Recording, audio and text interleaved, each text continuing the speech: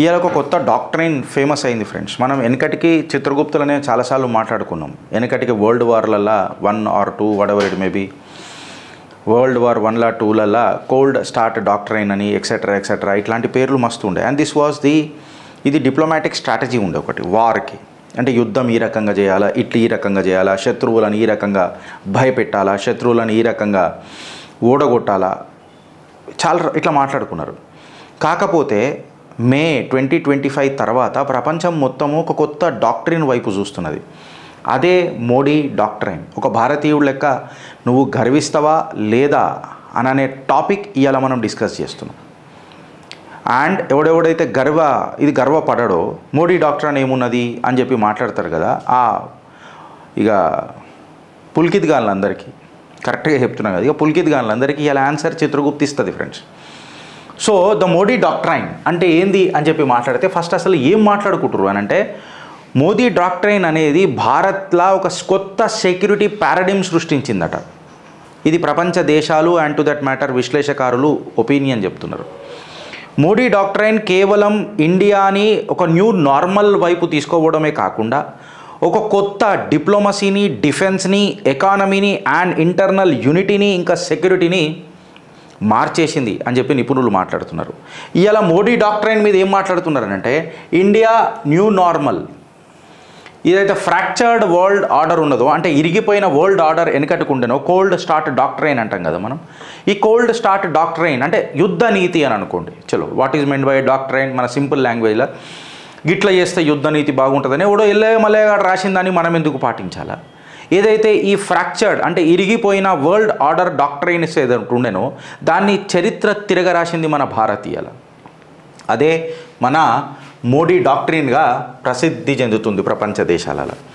ఇవాళ ప్రధానమంత్రి మోదీ ఏ రకంగానైతే ఈ టెర్రరిజంని డీల్ చేసిండో ఆపరేషన్ సింధూర్ ద్వారా, ఇది ఒక కొత్త ఆలోచనకు తెరలేపింది అని చెప్పి విశ్లేషకారులు మాట్లాడుతున్నారు. ఇది నేను మాట్లాడుతున్న మాట కాదు, News 18లో వచ్చిన టాపిక్ మాట్లాడుతున్నా. ఎప్పుడు కూడా కాదు, May 9th 2025కి వచ్చిన కథ. దాని తర్వాత ప్రీమియర్ ఇంగ్లీష్ డైలీ ఉత్తరాఖండ్కి చెందింది గర్వాల్ పోస్ట్ అని ఒకటి ఉంటుంది, అక్కడి నుంచి నేను ఇది తీసుకున్నా. దాని తర్వాత బిజినెస్ స్టాండర్డ్ నుంచి తీసుకున్నా. ఆబ్వియస్గా ఆధారాలతోనే మీ చిత్రగుప్తు ఉంటుంది కాబట్టి నేను ఆధారాలు ఏంది మాట్లాడాను. సీన్ కట్ చేసి చిట్టా లోపలికి పోతే మోడీ డాక్ట్రైన్ అంటే ఏంది గిరీష్ అని చెప్పి మాట్లాడితే, ఒక కొత్త డిప్లొమసీని, డిఫెన్స్ని, ఎకానమీని, ఇంటర్నల్ సెక్యూరిటీని, ఇన్ఫ్యాక్ట్ మనందరి ఐకమత్యాన్ని ఒకటి చేసింది ఈ మోడీ డాక్ట్రైన్. ఇది ఒక న్యూ నార్మల్ అయిందా గిరీష్ అన్నానంటే ఎస్. ఒక ఫ్రాక్చర్డ్ ఇరిగిపోయిన ప్రపంచ దేశాల diplomacy or to that matter అయితే డిఫెన్స్ స్ట్రాటజీ ఉండెనో, ఆ డిఫెన్స్ ఎత్తుగడ ఉండెనో, ఆ యుద్ధ నీతిలన్నిటికీ ఇది ఒక కొత్త న్యూ నార్మల్ క్రియేట్ చేసింది. 12 May 2025 8 గంటల PM, 8 గంటలు సాయంత్రం 8 గంటలకు దేశ ప్రధాని నరేంద్ర దామోదర్ దాస్ మోదీ గారు ఆయన అవాజ్ ఏ రకంగా ఉండేనో ఒకసారి మీరు చూడండి. ఒక అసర్టివ్ టోన్ లేకుండా అయినది, వన్ ఆఫ్ ది అగ్రెషన్ టోన్లా మోదీ గారు మాట్లాడినారు. పాకిస్తాన్కి డైరెక్ట్ చెతావని ఇచ్చిండ్రు. టెర్రరిజం ఆపుతావా, నీ స్టేట్ పాలసీ బంద్ చేసుకుంటావా అని చెప్పి 12th May 2025 8 PM. ఈ డే అనేది చాలా కీలకం ఫ్రెండ్స్. ఇది రికార్డ్ చేసి పెట్టుకోర్రి చరిత్రలో. ఇది ఒక కొత్త వరల్డ్ ఆర్డర్ని సృష్టిస్తుంది. కేవలం ఇలా ఆర్డర్ని సృష్టిస్తుంది అని చెప్పి మాట్లాడేదానికంటే ముందు నేను ఆధారాలు కూడా మీకు పెడతా అని చెప్పి తెలుసు. So stay tuned with Chitragupt.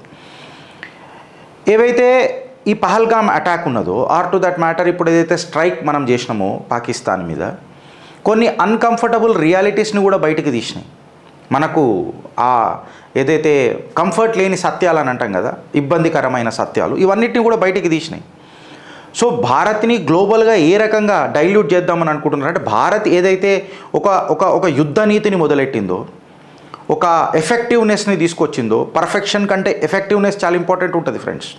Army ఎవరన్నా సైనికులు ఉంటే నేను కరెక్టా రాంగా మీ కమెంట్ రూపంలో చెప్పుర్రి ఫ్రెండ్స్. పర్ఫెక్షన్ కంటే ఎక్కువ ఎఫెక్టివ్నెస్, ఎంత ఎఫెక్ట్గా నువ్వు కొట్టినావు, ఎంత చాలా చాణక్యంగా కొట్టినావు అనేది చాలా ఇంపార్టెంట్ ఉంటుంది. ఆ గ్లోబల్ వరల్డ్ ఆర్డర్ భారత్ చేస్తున్నప్పుడు దాన్ని మలైన్ చేసే ప్రయత్నం చేశారు. భారత్ని డిప్లొమాటికల్గా కార్నర్ చేయడానికి కూడా ప్రయత్నం చేశారు. ఇన్ఫ్యాక్ట్ మనకు ఒక వెన్నుల వణుకు పుట్టేటట్టు పాకిస్తాన్కి అడ్డమైన బెయిలౌట్ కూడా ఇచ్చిండ్రు IMF తరమున. ఐఎంఎఫ్ తరఫున. ఇన్ఫ్యాక్ట్ యునానిమస్గా పాకిస్తాన్కి సపోర్ట్ కూడా చేశారు, ఇండైరెక్ట్గా పాకిస్తాన్. మళ్ళీ భారత్కి ఏ రకంగా చేసిరు అనేది మనం తర్వాత ఇప్పుడు డిస్కస్ చేస్తాం. అండ్ భారత్ ఎట్లా తిప్పి కొట్టిందన్నది కూడా ఖచ్చితంగా జవాబిస్తాం. ఈ అన్కంఫర్టబుల్ రియాలిటీస్ని నేను కంఫర్టబుల్ ట్రూత్తోని ఖచ్చితంగా చిత్రగుప్త చిట్టి తిప్పి కొడుతుంది. అదే చిట్టాయాలు ఓపెన్ చేస్తుంది. ఇవాళ భారత్ అగర్ కూడా మనం తీసుకొని చూస్తే ట్రంప్ యొక్క అన్ప్రిడిక్టబుల్ బిహేవియర్ని కూడా ఏదైతే భారత్ యొక్క గ్లోబల్ ఇమేజ్ పర్సెప్షన్ని మారుద్దామని చెప్పి ప్రయత్నం చేసిండు చూడు, సీజ్ ఫైర్ అని చెప్పి, దాన్ని కూడా ఇలా భారత్ తిప్పికొట్టింది. ఇన్ఫ్యాక్ట్ అపోజిషన్ని కూడా యూజ్ చేసుకొని ఏవైతే సగం నిజాలు ప్రపంచ దేశాలు మాట్లాడుతున్నాయో మౌత్ పీసులై వాటిని తిప్పికొట్టింది. అపోజిషన్ కూడా దానికి ఇలా హెల్ప్ చేసింది. Thanks to Shashi Tharoor, Supriya Sule and Priyanka Chaturvedi etcetera. Strategic posture ఏదైతే ఉండనో ఒక రెస్ట్రెంట్ దేశం నుంచి డిటరెన్స్ వైపు పోయింది చూడు భారత్. ఇయాల పీస్ ఈజ్ డిజైరబుల్. మీరు కరెక్ట్గా వినుండ్రి ఎట్లా రాసినాయో పత్రికలు కూడా, మోడీని ఏ రకంగా కూడా చిత్రీకరించినాయో చూడుండ్రి. 12 మే 2025 8 గంటల సాయంత్రం 8 గంటల స్పీచ్ డీకోడ్ చేసి కొన్ని పత్రికలు ఎట్లా రాసినాయో మోదీ గారి మీద మీకు చెప్తున్నా ఇంగ్లీష్లో. Peace is desirable but not at the cost of dignity and lives of Indians. ఇవాళ భారతీయుల ప్రాణాలకు ఎంత పెద్ద అంటే నిజంగా చెప్పాలనంటే ప్రపంచ జర్నలిజం ఎంత చైతన్యమైంది చూడండి. పీస్ ఓకే, పీస్ అందరం మంచిగా ఉండాలి, శాంతియుతంగానే ఉండాలి. కాకపోతే భారత్ ప్రజల ప్రాణాలు హరించి మీరు శాంతి మంత్రాలు మాట్లాడుతా అంటే మాత్రం కిందేసి తొక్కుతా. క్రాస్ బార్డర్ టెర్రరిజం ఆపకపోతే, ప్రొహిబిట్ చెయ్యకపోతే అని చెప్పి రాసినాయి. అంటే మీరు అర్థం చేసుకోండి ఇవాళ నరేటివ్స్ ఏ రకంగా నీ దేశ ప్రధాని ప్రపంచాన్ని భారత్ని ఏ రకంగా ప్రొజెక్ట్ చేస్తున్నాడు.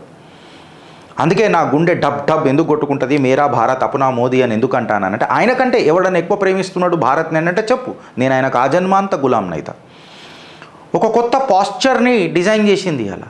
2016లో కూడా మనం అటాక్స్ చేసినాం, సర్జికల్ స్ట్రైక్స్ లాంటివి. 2019లో కూడా చేసినాం. బట్ ఏదైతే 2025లా ఏదైతే మనం కొట్టినాం చూడు, घर में घुस के नहीं उसके घर में बैठ के, घुस के नहीं इस बार घर में बैठ के उसका చాటా మార్ के నేను కొట్టిన ఏం బిక్తో పీక్ అని చెప్పి మనం వచ్చినాం చూడు. ఇది కొత్త డాక్ట్రైన్, మోడీ డాక్ట్రైన్.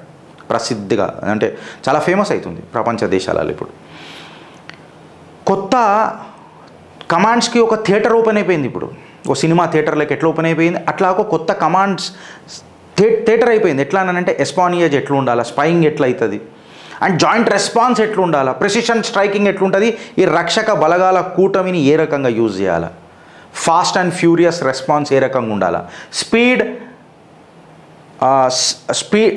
ఉండాలా, సర్ప్రైజ్ ఉండాలా, ఇంకా సినర్జీ కూడా ఉండాలా. ఈ 3 years మనం మాట్లాడుకున్నాం వెనకటికి, మీకు యాద్ వచ్చిందో లేదో.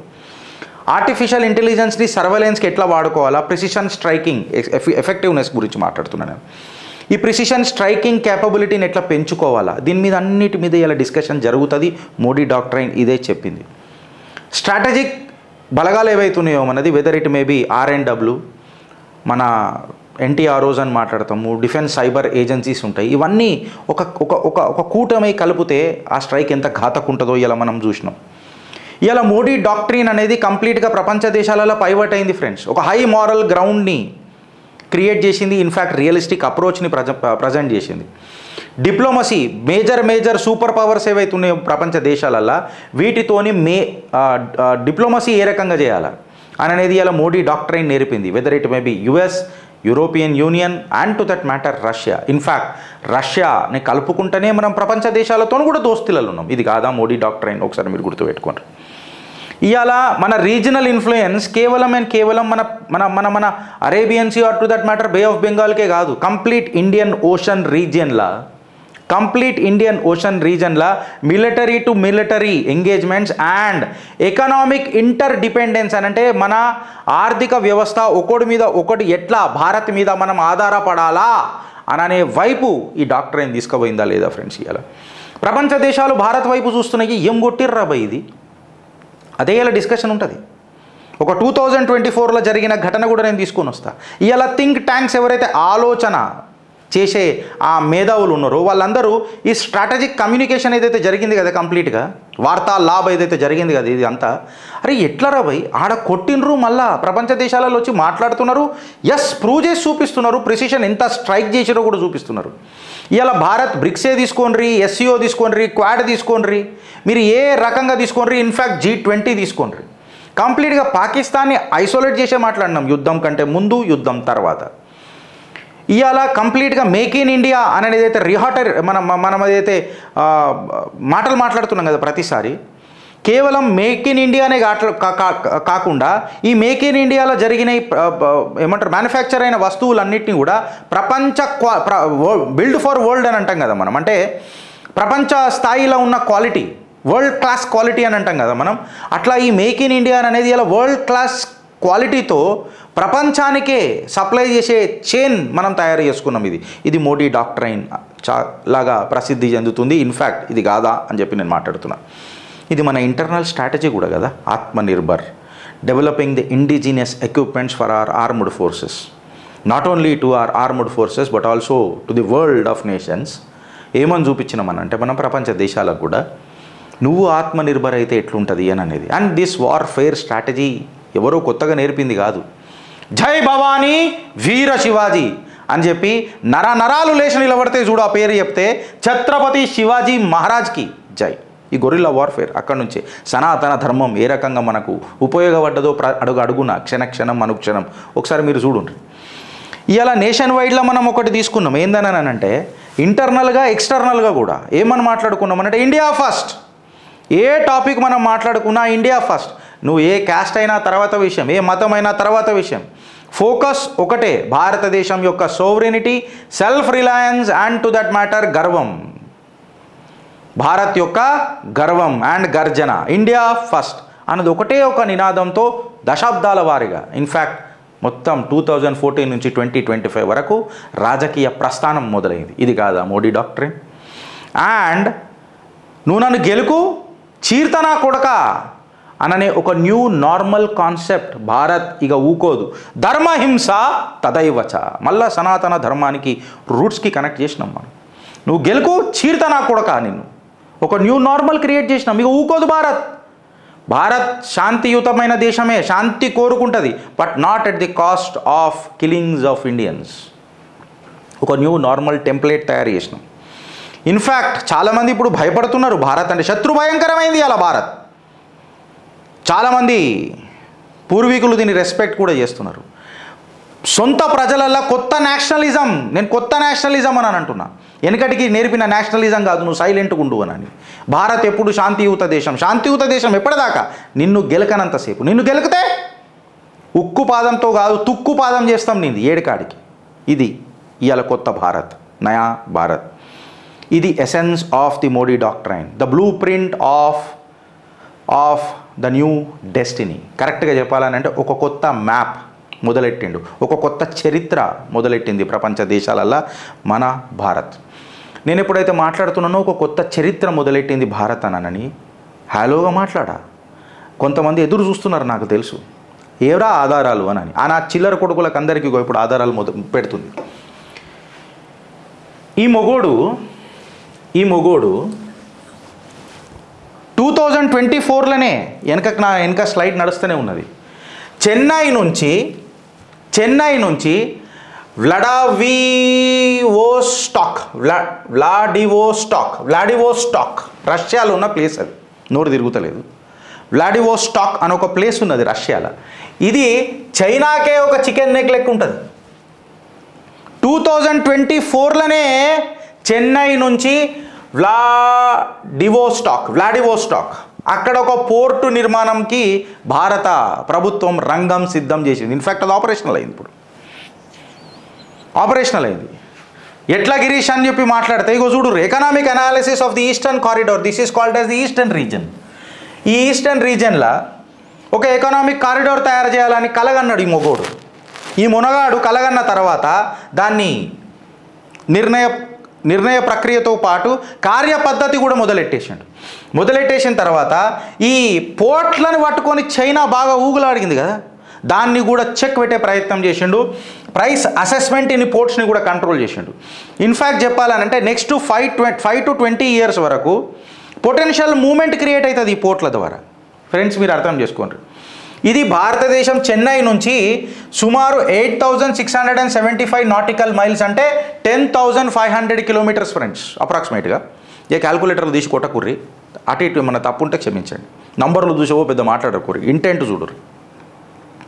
సో సుమారు 10,000 కిలోమీటర్ల పైన ఉంటుంది ఇది. ఇక్కడికి పోయి ఈడ చెక్ పెట్టిండు. ఎట్లా పెట్టిండు గిరీష్ అని చెప్పి మాట్లాడితే ఇగో ఈడ పెట్టిన చూడు నేను. ఇప్పుడు ఈ వయాడివోస్టాక్లా రష్యాలా ఏదైతే మన చెన్నై నుంచి 10,000 కిలోమీటర్ల దూరం ఉందో ఈ ఏరియాలో ఈస్టర్న్ రీజనే కాకుండా ఫ్రెండ్స్ వెస్టర్న్ రీజన్లో కూడా ఫోకస్ చేసిండు మొగోడు, మన మునగాడు, దేశ ప్రధాని. మోదీ హే తో మున్కిన్ హే కాదు, మేరా భారత్ అప్నా మోదీ అనేటట్టు చేసిండు. అలా బాంబే పోర్టు నుంచి పీట్స్బర్గ్ రష్యాలో ఏదైతే ఉంది కదా, సెయింట్ పీటర్బర్గ్ రష్యా, పీట్స్బర్గ్ కాదు పీటర్బర్గ్, ఇది ఒక మళ్ళీ 8,675 నాటికల్ మైల్స్ అనంట. ఇది 5,647 అనంట. అంటే ఇది ఒక 10,500 కిలోమీటర్లో మళ్ళీ దానికంటే తక్కువ, ఇది దానికంటే న్యాచురల్గా ఎక్కువ ఉంటుంది. కంప్లీట్గా ఇవాళ చైనీస్ మ్యారిటైమ్ సిల్క్ రూట్ ఏదైతే ఉందో చైనాకు కౌంటర్ ఇచ్చేటట్టు తయారు చేసిండు. India, Oman, Iran trilateral shipping route ఒకటి ఫార్మ్ అయింది ప్రపోజ్డ్గా. ఈ రూట్లల్లో మీకు India, Oman, Iran trilateral triangle form అయింది. కోస్టల్ షిప్పింగ్ మొదలైంది ఇండియా ఇంకా సౌత్ ఈస్ట్ ఏషియన్ కంట్రీస్తోని. ఎట్లా అది కూడా నేను చూపిస్తాను, అది కూడా ఖచ్చితంగా ఇవాళ మనం మాట్లాడతాం. ఇవాళ మనము రష్యా పీటర్బర్గ్ ఏదైతే ఉన్నదో వెస్టర్న్ పార్ట్ ఇక్కడ, అక్కడి నుంచి మనము వయాడివోస్టాక్ ఈస్టర్న్ పార్ట్కి ఎక్కడైతే వచ్చినామో ఇక్కడి నుంచి చైనీస్కి ఎంత దగ్గర అవుతున్నాము, ఇక్కడి నుంచి అమెరికాకి ఎంత దగ్గర అవుతున్నాము, యూరోప్కి ఎంత దగ్గర అవుతున్నాము, ఇక్కడికైనా కూడా ఎంత దగ్గర అవుతున్నాము అని అనేది చూడాలా. బిడ్డ నువ్వు స్ట్రింగ్ ఆఫ్ పర్ల్స్ అంటావేమో, నీ బద్దలు భాషింగాలు చేసేటట్టు మేము నీతో చెక్కబదిన చిక్కుడు విత్తాడతాం నాకు కొడక అని చెప్పి పరిచయం చేసింది. ఈ ఈస్టర్న్ మ్యారిటైమ్ కారిడార్ ఏదైతే ఉందో ఫ్రెండ్స్, ఏదో పొరగల మజాక్ కాదు, పెట్టింది ఒక పొరగల మజాక్ కాదు.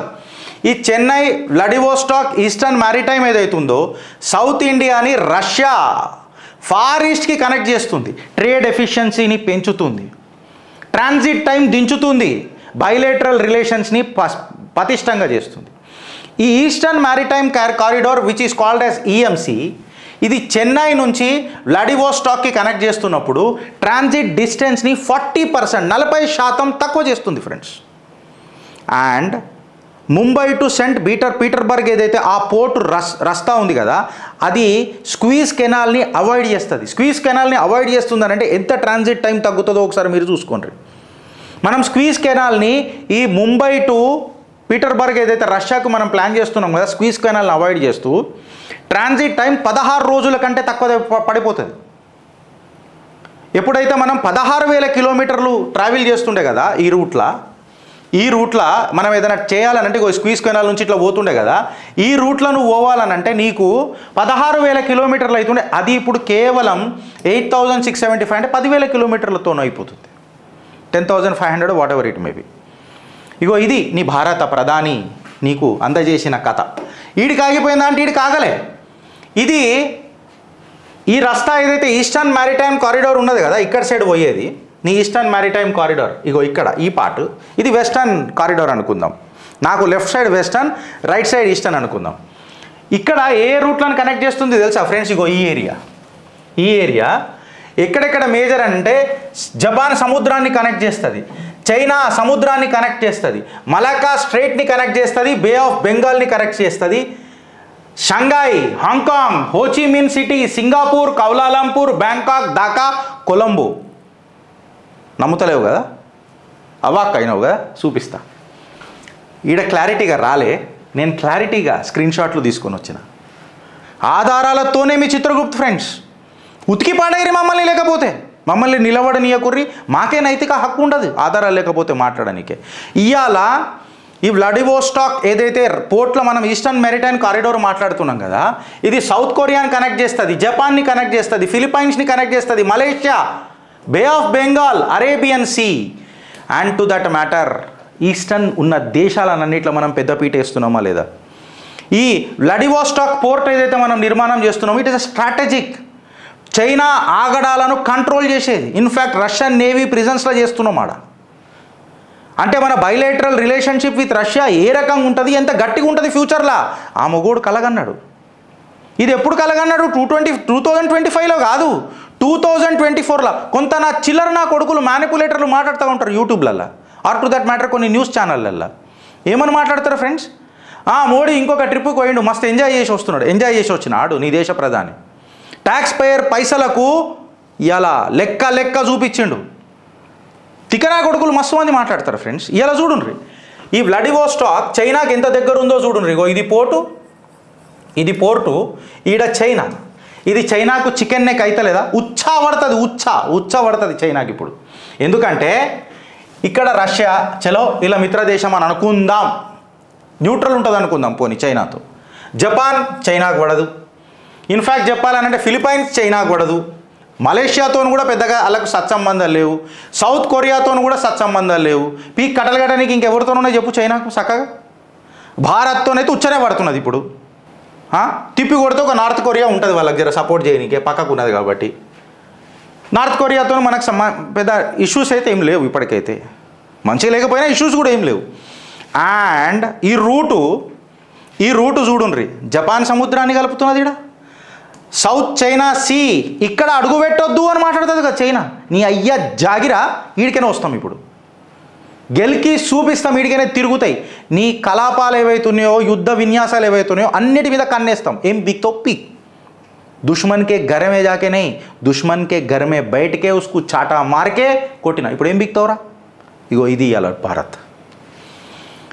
South China Sea and to that matter మీరు చూడండి, మలైకా స్ట్రైట్ని కనెక్ట్ చేస్తుంది. ఇది Malacca Strait which is very crucial for maritime. ఇవాళ వీడికి ఆగిపోయింది అని అంటే మనం వెస్టర్న్ కారిడార్కి వద్దాం. ఇప్పుడు వెస్టర్న్ కారిడార్కి వచ్చినప్పుడు కూడా ఇక్కడ చూడండి మీరు, ముంబై నుంచి మొదలెడితే దీన్ని మనం ముంబై టు పీటర్బర్గ్ అని అనుకున్నాం కదా, రష్యాలో ఉన్న పీటర్బర్గ్, సెయింట్ పీటర్బర్గ్ ఐలాండ్, ప్లేసు. ఇది తీసుకొని చూస్తే యావత్ యూరోపియన్ యూనియన్ని కవర్ చేస్తున్నాం మనం. యావత్ యూరోపియన్ యూనియన్. ఇక్కడ కంప్లీట్ ఈస్టర్న్, ఇక్కడ కంప్లీట్ వెస్ట్. ఇప్పుడు చూడండి, ఇప్పుడు బండర్ అబ్బాస్ కనెక్ట్ అవుతున్నది, ఇక్కడ మన అరేబియన్ సీ కనెక్ట్ అవుతున్నది. ఇది జర మంచిగా లేదు, అందుకనే నేను మెడిటరేనియన్ సీ కనెక్ట్ అవుతున్నది. ఈ డాక్స్ అన్నీ కరెక్ట్, జర ప్రింట్ కరెక్ట్గా లేదు ఫ్రెండ్స్. ఇది కేవలం ఇప్పుడు మనకు ఒక ఆయిల్ తెచ్చుకోనికనే కాదు ఫ్రెండ్స్, ఒకటి మీరు అర్థం చేసుకోవాలి. కేవలం ఆయిల్ కోసమే కాదు, ఇన్ఫ్యాక్ట్ అక్కడ లిక్విడ్ న్యాచురల్ గ్యాస్ దొరుకుతుంది. ఆ లిక్విడ్ న్యాచురల్ గ్యాస్ కూడా పైప్ లైన్ మనకు ఛాన్సెస్ ఉన్నాయి. ఇన్ఫ్యాక్టు నాకు తెలిసి ఆఫ్ఘనిస్తాన్, మన రష్యా నుంచి ఆఫ్ఘనిస్తాన్ త్రూ పాకిస్తాన్ ఆక్యుపైడ్ కాశ్మీర్ నుంచి భారత్కి డైరెక్ట్గా ఒక ట్రైన్ కూడా ప్లాన్ చేస్తున్నారని నేను అనుకుంటున్నాను. నా దగ్గర ఇంకా డేటా రాలే, వచ్చినప్పుడు అది నేను మీ ముంగటికి తీసుకొని వస్తాను. వీడికి ఆగిపోయిందా అని అంటే వీడికి కాదు. ఇవాళ ఏదైతే ఎల్ఎన్జీ లిక్విఫైడ్ న్యాచురల్ గ్యాస్ ఏదైతే ఉంటుందో ఫ్రెండ్స్, ఆ లిక్విఫైడ్ న్యాచురల్ గ్యాస్ని ఇలా భారత్ రష్యా నుంచి తీసుకొని వచ్చి ఆల్మోస్ట్ ఈ దేశాలకు నేపాలే కానీ, భూటానే కానీ, మయన్మారే కానీ, థైలాండే కానీ, బంగ్లాదేశే కానీ, ఇప్పుడు వీడు లేడు కానీ, శ్రీలంకనే కానీ, ఈ సౌత్ ఈస్ట్ ఏషియన్ కంట్రీ అన్నిటికీ ఎక్స్పోర్ట్ చేసే ప్రక్రియ, నిర్ణయ ప్రక్రియ, కార్య పద్ధతి ఆరంభమైపోయింది. ఇప్పుడు రష్యా నుంచి వచ్చే క్రూడ్ ఆయిల్ ఉంటుంది కదా ఫ్రెండ్స్, రష్యా నుంచి వచ్చే క్రూడ్ ఆయిల్ అందులో సల్ఫర్ కంటెంట్ ఎక్కువ ఉంటుంది. ఆ సల్ఫర్ కంటెంట్ ఎక్కువ ఉంటే దాన్ని రిఫైన్ చేయాలి. ఆ రిఫైనరీస్ ఎక్కడ ఉన్నాయి రాబాయ్ అని చెప్పి మాట్లాడితే నా తెలుగు రాష్ట్రాలలో ఉన్నాయి. గర్వపడు ఇవాళ నువ్వు గర్వపడు. ప్రతి రాష్ట్రం వైపు పుకట్ల పంచాయతీలు పైసలు బడ్జెట్లలో పెట్టాలనంటే కుదరదు ఫ్రెండ్స్. ఇవాళ నేను వాళ్ళకి చెబుతున్నా, చేతిలోకి పైసలు ఇస్తే వీళ్ళు వాళ్ళ చరిత్రలు రాసుకున్నారు, వాళ్ళ కుటుంబాల చరిత్రలు. ఈ రాజకీయ నాయకులు ప్రజల చేతులకు పైసలు ఇచ్చి పరిశ్రమలు తీసుకొచ్చి ఆ పరిశ్రమలలో నీకు ఉపాధి కల్పించి నీకు ఉత్సాహం లేపి నీ జీవితంలో కొత్త ఊపిరి నింపి భారత్ అనే దేశానికి ఒక కొత్త బాధ్యత నేర్పి నీకు నాకు భారత్ మీద కొత్త బాధ్యత నేర్పిన మొగోడు మునగాడు ఇలా నీకు దేశ ప్రధాని అయితే ఆయన మీద దుమ్మెత్తిపోస్తారా మీరు? ఇప్పుడు చూడుర్రి, రిఫైనరీస్ కూడా ఎక్కడెక్కడ ఉన్నాయి అని అంటే ఇక్కడ మన ధర్నాలు ఉన్నాయి, కాకినాడలు ఉన్నాయి, ఎన్నూరులు ఉన్నాయి. ఇవి లేవా? ఇవన్నీ sulphur refineries. The existing LNG import terminal at Ennore, Chennai is going to play a pivotal role. However, LNG terminals Kakinada, Andhra Pradesh and Dhamra, Odisha Dhamra, ఇది కొంచెం ఫర్దర్ డెవలప్మెంట్ చేయాలి, చేస్తాడు, ఖచ్చితంగా చేస్తాడు. ఈ సల్ఫర్ హై కంటెంట్ ఏవైతే ఉన్నాయో ఈ ఈస్టర్న్ కోస్టల్ ఉన్న ఈ రిఫైనరీలకు వీళ్ళకు కూడా కొత్త ప్రాజెక్టు, కొత్త అవకాశాలు, కొత్త ఉపాధులు దొరకాయా? ఇవాళ యావత్ భారత్లా ఫ్రెండ్స్, యావత్ భారత్లా నీ భారత్ యావత్ ప్రపంచంలో నీ భారత్ కంప్లీట్ ఇండో పసిఫిక్ రీజన్లా ఒక గ్లోబల్ పొజిషన్ తీసుకుందా లేదా, డామినెంట్ పొజిషన్ తీసుకుందా లేదా, మోనోపోలీ ఆఫ్ చైనాను కంట్రోల్ చేసిందా లేదా? No China. ఇప్పుడు చెప్పుడు ఫ్రెండ్స్ నాకు, ఇవాళ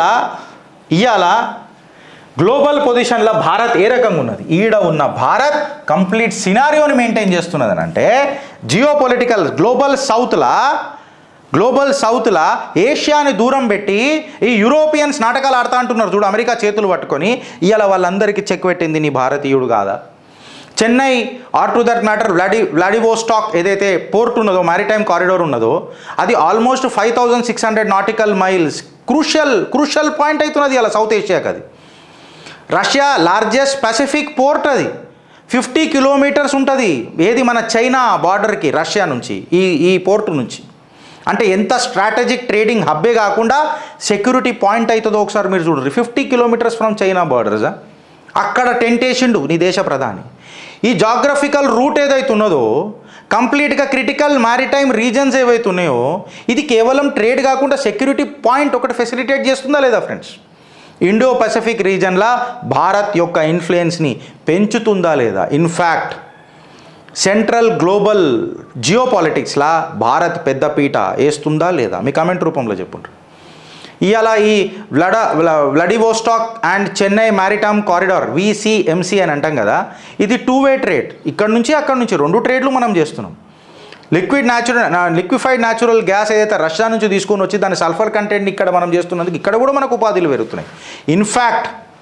ఇన్ఫ్యాక్ట్ ఇది 2-way ట్రేడ్. అక్కడ నుంచి నీకు ఆయిల్ వస్తుంది, గ్యాస్ వస్తుంది, అండ్ ఇక్కడి నుంచి మనము లిక్విఫైడ్ న్యాచురల్ గ్యాసు, దాని తర్వాత మనం వీటికి టెక్స్టైల్స్, ఇంజనీరింగ్ గూడ్స్, ఇన్ఫ్యాక్ట్ ఏదైతే మెషిన్ ప్యాడ్స్, డిఫెన్స్ ఎక్విప్మెంట్స్ ఇవన్నీ మనం ఆడికేని సప్లై కూడా చేయొచ్చు రష్యాకి అండ్ టు దట్ మ్యాటర్ అక్కడ ఉన్న కంట్రీస్కి ఆ సముద్రాలలో.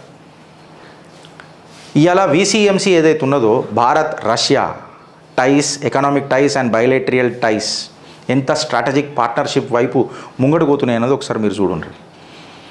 ఇవాళ స్క్వీజ్ కెనాల్ నుంచి పోతుంటే ఏదైతే 40 రోజులు పడుతుందో, అది ఇవాళ కేవలం 24 డేసే పడుతుంది. అంటే 40% దిగిపోయింది ఫ్రెండ్స్, మీరు అర్థం చేసుకోండి. ఇవాళ ఈ మొగోడు కలగన్న కళ మామూలుదా? అన్ని డాక్ట్రైన్లకు మించింది నీ దేశ ప్రధాని తెచ్చింది మోడీ డాక్ట్రైన్ అని అనుకోవడం తప్ప, క్షణక్షణం భారత్ వైపు ఆలోచిస్తున్న ఈ మనిషికి మనం మద్దతు తెలపడం కరెక్టా కాదా? మీ కామెంట్ రూపంలో నాకు చెప్పండి. మీ కామెంట్ అగర్ కూడా ఆయనకు మద్దతు తెలపాలని అంటే ఒకసారి మీ సోషల్ మీడియా హ్యాండిల్లల్లో అండ్ టు దట్ మ్యాటర్ మా కమెంట్ బాక్స్లల్లో మేరా భారత్ అప్నా మోదీ అని చెప్పి ఒక కమెంట్ పెట్టుర్రు ఫ్రెండ్స్. భారత్ మాతాకి జై.